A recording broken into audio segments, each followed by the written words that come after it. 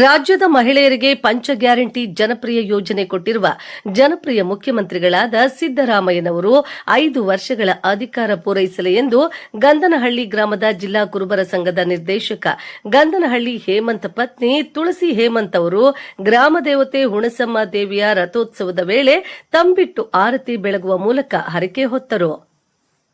ಗ್ರಾಮದ ಗ್ರಾಮ ದೇವತೆ ಹುಣಸಮ್ಮ ದೇವಿಯ ಜಾತ್ರಾ ಮಹೋತ್ಸವದ ಹಿನ್ನೆಲೆಯಲ್ಲಿ ಇಂದು ಶುಕ್ರವಾರ ಮನೆಯನ್ನ ತಳಿರು ತೋರಣಗಳಿಂದ ಅಲಂಕರಿಸಿ ಬೆಳಗ್ಗೆಯಿಂದಲೇ ಉಪವಾಸ ಇದ್ದು ತಂಬಿಟ್ಟು ತಯಾರಿಸಿ ಶ್ರೀ ಹುಣಸಮ್ಮ ದೇವಿಗೆ ನೈವೇದ್ಯ ಮಾಡಿಸಿ ಬಳಿಕ ತಂಬಿಟ್ಟು ಆರತಿ ಜೊತೆ ಮುಖ್ಯಮಂತ್ರಿ ಸಿದ್ದರಾಮಯ್ಯನವರ ಭಾವಚಿತ್ರಗಳನ್ನ ಇಟ್ಟು ಹೊತ್ಕೊಂಡು ಹುಣಸಮ್ಮ ದೇವಿಯ ರಥೋತ್ಸವದ ಮೆರವಣಿಗೆಯಲ್ಲಿ ಮುತ್ತೈದೆಯರೊಂದಿಗೆ ಸಾಗಿದ್ರು. ಇವರಿಗೆ ಗೀತಾ ಪ್ರಸನ್ನ ಸಾಥ್ ನೀಡಿದ್ರು. ಬಳಿಕ ಶ್ರೀ ಹುಣಸಮ್ಮ ದೇವಿಯ ರಥಕ್ಕೆ 3 ಬಾರಿ ಪ್ರದಕ್ಷಿಣೆ ಹಾಕಿ ಹುಣಸಮ್ಮ ದೇವಿಗೆ ಹಣ್ಣು ಜವನ ಎಸೆದು ಹರಕೆ ಹೊತ್ತರು. ಈ ವೇಳೆ ನೆರೆದಿದ್ದ 100 ಜನರು ಮುಖ್ಯಮಂತ್ರಿ ಸಿದ್ದರಾಮಯ್ಯನವರು ಮುಖ್ಯಮಂತ್ರಿಯಾಗಿ 5 ವರ್ಷ ಇರುತ್ತಾರೆ ಎಂದು ಜೈಕಾರದ ಘೋಷಣೆಗಳನ್ನ ಕೂಗಿದ್ರು.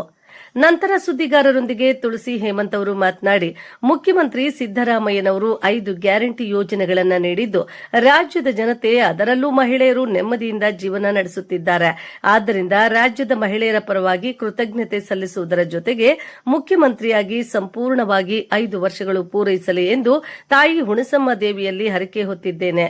ಖಂಡಿತವಾಗಿ ಮುಖ್ಯಮಂತ್ರಿಯಾಗಿ ಸಿದ್ದರಾಮಯ್ಯನವರು ಮುಂದುವರಿಯುತ್ತಾರೆ ಎಂದರು. ಇದೇ ವೇಳೆ ಮೈಸೂರಿನ ಶ್ರೀನಿವಾಸ ಮಲ್ಟಿ ಸ್ಪೆಷಾಲಿಟಿ ಆಸ್ಪತ್ರೆಯ ವ್ಯವಸ್ಥಾಪಕ ಮತ್ತು ಕಾಂಗ್ರೆಸ್ ಮುಖಂಡ ಗಂಧನಹಳ್ಳಿ ವೆಂಕಟೇಶ್, ಜಿಲ್ಲಾ ಕುರುಬರ ಸಂಘದ ನಿರ್ದೇಶಕ ಗಂಧನಹಳ್ಳಿ ಹೇಮಂತ್, ಮುಖಂಡರಾದ ಅಜೇಂ ಪ್ರಸನ್ನ, ಗೀತಾ ಪ್ರಸನ್ನ, ಮಂಜು ಅರಸ್, ಕೆಂಪರಾಜ್, ಜಿಪಿಟಿ ಬೀರೇಶ್, ಮಂಜು ಜಯರಾಜ್, ಓಸಿ ನಿಂಗರಾಜು, ರಜನಿ ಲೋಹಿತ್, ರಾಕೇಶ್ ಮಲ್ಲೇಗೌಡ, ಜಿಆರ್ ಹರೀಶ್ ಯಾದವ್, ಶ್ರೀಧರ್ ಹರೀಶ್ ಆಚಾರ್ ಮೊದಲಾದವರು ಹಾಜರಿದ್ದರು.